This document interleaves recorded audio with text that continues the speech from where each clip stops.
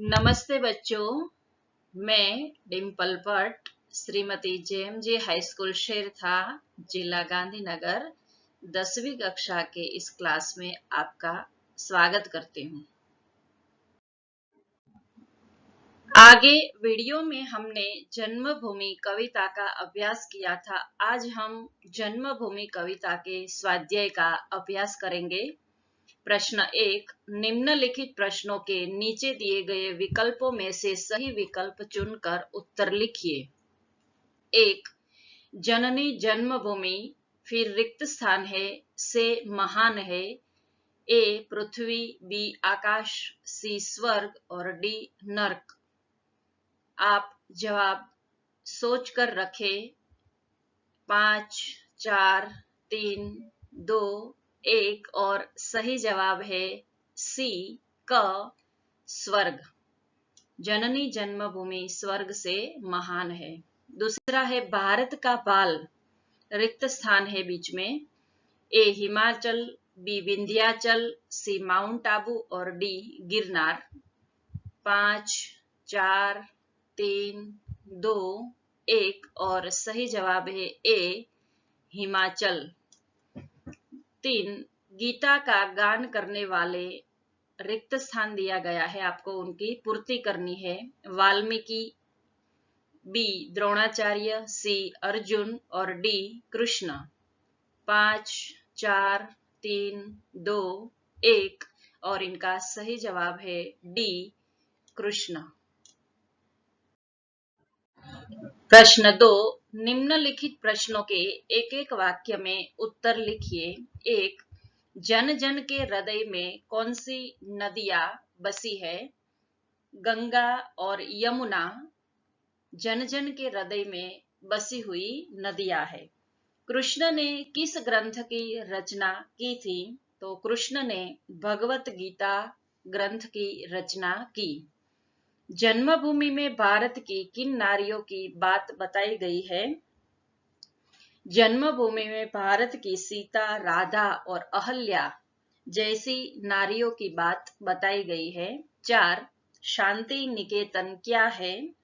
शांति निकेतन एक शांतिदायक गृह है, रविंद्रनाथ टैगोर का आश्रम है। निम्नलिखित प्रश्नों के 2-3 वाक्यों में उत्तर लिखिए। प्रश्न 1, हिमालय के बारे में जन्मभूमि कविता में क्या कहा गया है? हिमालय के बारे में जन्मभूमि कविता में कहा गया है कि वह हमारा गौरव है, वह हमारा मस्तक है, भाल है।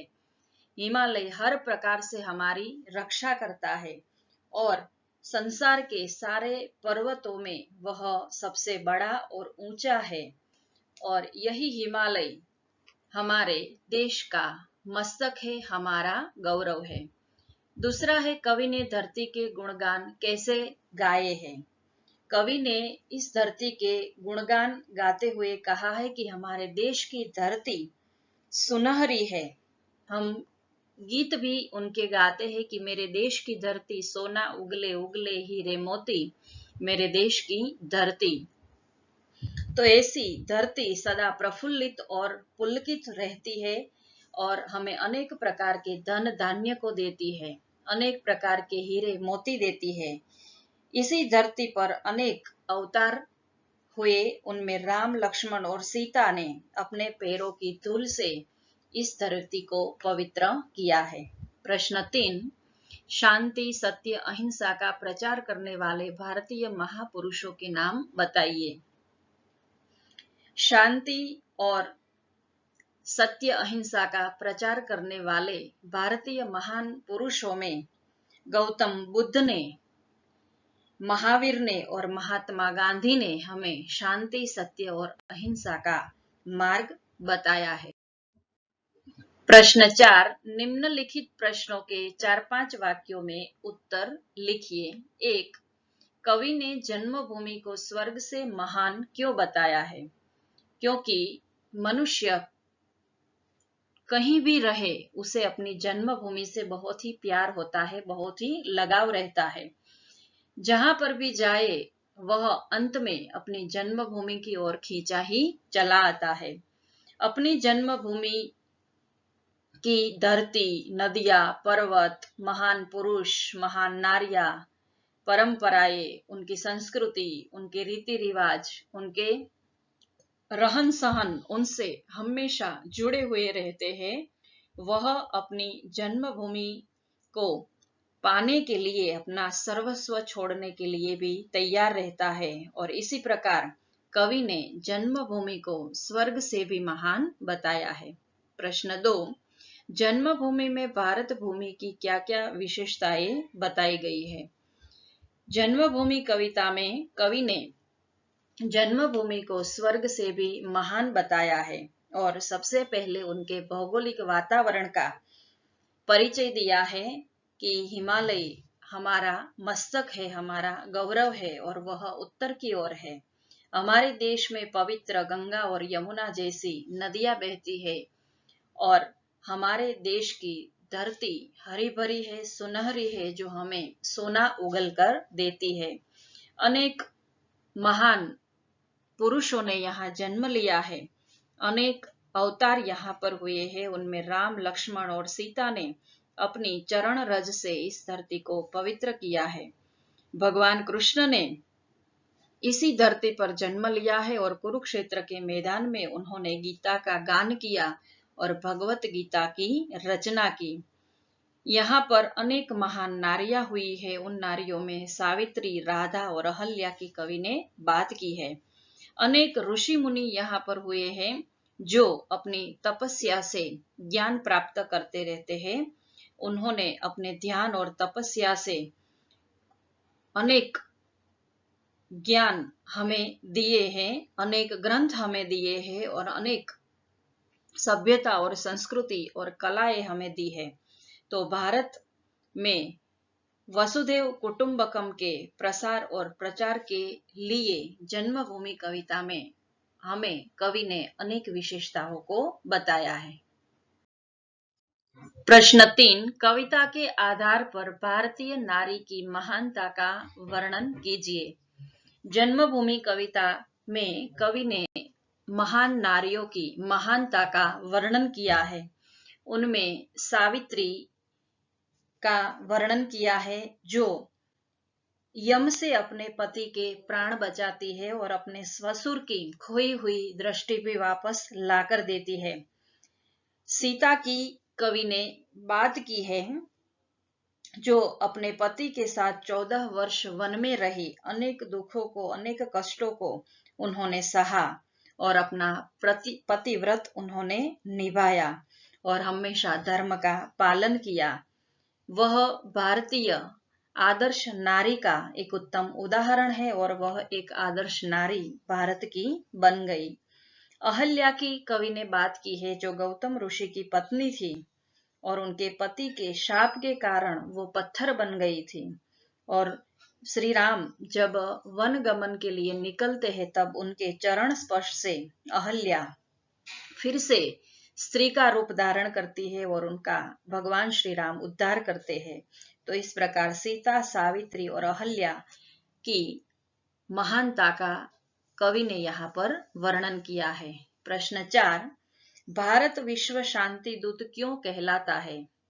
क्योंकि हमारा देश शांति में मानता है, युद्ध में नहीं। कोई भी रास्ता वो अपनाता है लेकिन युद्ध का रास्ता वो कभी अपनाता नहीं है, क्योंकि सत्य और अहिंसा हमारे राष्ट्रपिता महात्मा गांधी के आदर्श थे, उनके सिद्धांत थे। तो उसी सिद्धांत पर हम चलते हैं और शांति का फैलाव करते हैं। जब तक जरूरत न हो हम युद्ध को टालते ही रहते हैं। इसीलिए विश्व में किसी भी देश की शांति भंग होती है तो भारत सबसे पहले आगे आकर शांति की स्थापना करने के लिए तैयार रहता है। सबसे पहले शांति की पहल अगर कोई देश करता है तो वह भारत ही है, इसीलिए उसे शांति दूत भी कहते हैं। भारत की शांति सेना हमेशा यही कार्य करती रहती है कि विश्व में शांति बनी रहे और शांति स्थापित करने में सदा अग्रणी रहने के कारण भारत को विश्व शांति दूत कहा जाता है। प्रश्न 5, निम्नलिखित पंक्तियों का भाव स्पष्ट कीजिए। 1, जिसका गौरव भाल हिमाचल। गौरव भाल यानी गौरव रूपी मस्तक। यहाँ पर हमारे देश के सबसे ऊंचे पहाड़ हिमालय की बात की गई है कि हमारे देश का गौरव रूपी कोई मस्तक है तो वह हिमालय है, वह हमारे देश का सिर है। हम हमारे भारत माता के चित्र में से हिमालय को निकाल दे तो जैसे हमने हमारी पगड़ी को निकाल दिया हो ऐसा हमें लगता है। तो सबसे बड़ा और सबसे ऊंचा जो पहाड़ है वह हमारा मस्तक रूपी हिमालय है और वही हमारा गौरव है। दूसरा है, जड़ता बनी चेतना सरसे। यह वाक्य अहल्या के लिए कवि ने यहाँ पर प्रयुक्त किया है कि अपने पति गौतम ऋषि ने अहल्या को श्राप दिया था और श्राप के कारण अहल्या पत्थर बन गई थी, शिला बन गई थी। उनके श्राप से भगवान श्री राम ने मुक्ति दिलाई। भगवान श्री राम जब वन में आते हैं तब उनके चरण के स्पर्श से वो फिर से एक स्त्री बन जाती है। तो इसीलिए कवि ने यहाँ पर कहा है कि जड़ता बनी, जड़ता यानी पत्थर बन गई थी अहल्या, उसे भगवान श्री राम के चरण रज से क्या मिला? चेतना मिली, उसे नए प्राण मिले। तो तपस्विनी अहल्या शिला के रूप में थी, उसे फिर से स्त्री के रूप में भगवान श्री राम ने परिवर्तित कर दिया और एक जीती जागती नारी चेतन से जड़ बन गई थी, उसे फिर से उसने चेतना दी और चेतन अवस्था में आने के कारण कवि ने यहाँ कहा है कि चेतना सरसी। तीसरा है, वह वसुदेव बना कुटुंबकम। तो चारों ओर आज युद्ध का वातावरण है, उस वातावरण में भारत हमेशा शांति का प्रतीक बनकर रहा है, शांति का संदेश दुनिया में फैलाता है। इसीलिए कहा गया है कि वह वसुदेव बना कुटुंबकम। चारों ओर युद्ध का वातावरण फैला हुआ है, परंतु युद्ध से छुटकारा दिलाने के लिए भारत हमेशा मंत्रणा करता ही रहता है और विश्व में वह शांति फैलाने के अनेक प्रयास करते रहते हैं। सारे दुनिया पर जब विकटता आ जाती है, युद्ध के बादल मंडरा जाते हैं, तब वो एक कुटुंब की तरह, एक परिवार की तरह सारी पृथ्वी पर बसे हुए लोगों को रहने के लिए कहता है। यानी सारा विश्व ही एक परिवार है, ऐसी भावना को व्यक्त करने के लिए कवि ने कहा है कि वह वसुदेव बना कुटुंबकम। प्रश्न 6, निम्नलिखित शब्दों के समानार्थी शब्द दीजिए। जननी, माता, ज्योति, प्रकाश, शिला, पत्थर, विचरण, घूमना, गौरव, महानता, पुनित, पवित्र। कर्तुवाचक संज्ञाएं कविता में जो है वह देख लेते हैं। ध्यान, ध्यानी, सत्य, सत्य, सत्यवादी, उच्चारण, उच्चारक। विरोधी शब्द देख लेते हैं। निकेतन, अनिकेतन, प्रिय, अप्रिय, चेतना, जड़ता, अमर, मर्त्य, युद्ध, शांति। शब्द समूह के लिए एक शब्द, बर्फ से ढका पर्वत हिमालय, शाप के कारण अहल्या को मिला रूप शिला, सत्यवान की पत्नी सावित्री। भाववाचक संज्ञा में देखें तो प्रिय, प्रियता, श्यामल, श्यामलता, नारी, नारीत्व, जन, जनत्व। समास, पद धूली तत्पुरुष समास है, तपोवन तत्पुरुष समास, ध्यानावस्थित तत्पुरुष समास, युद्ध जर्जर तत्पुरुष समास।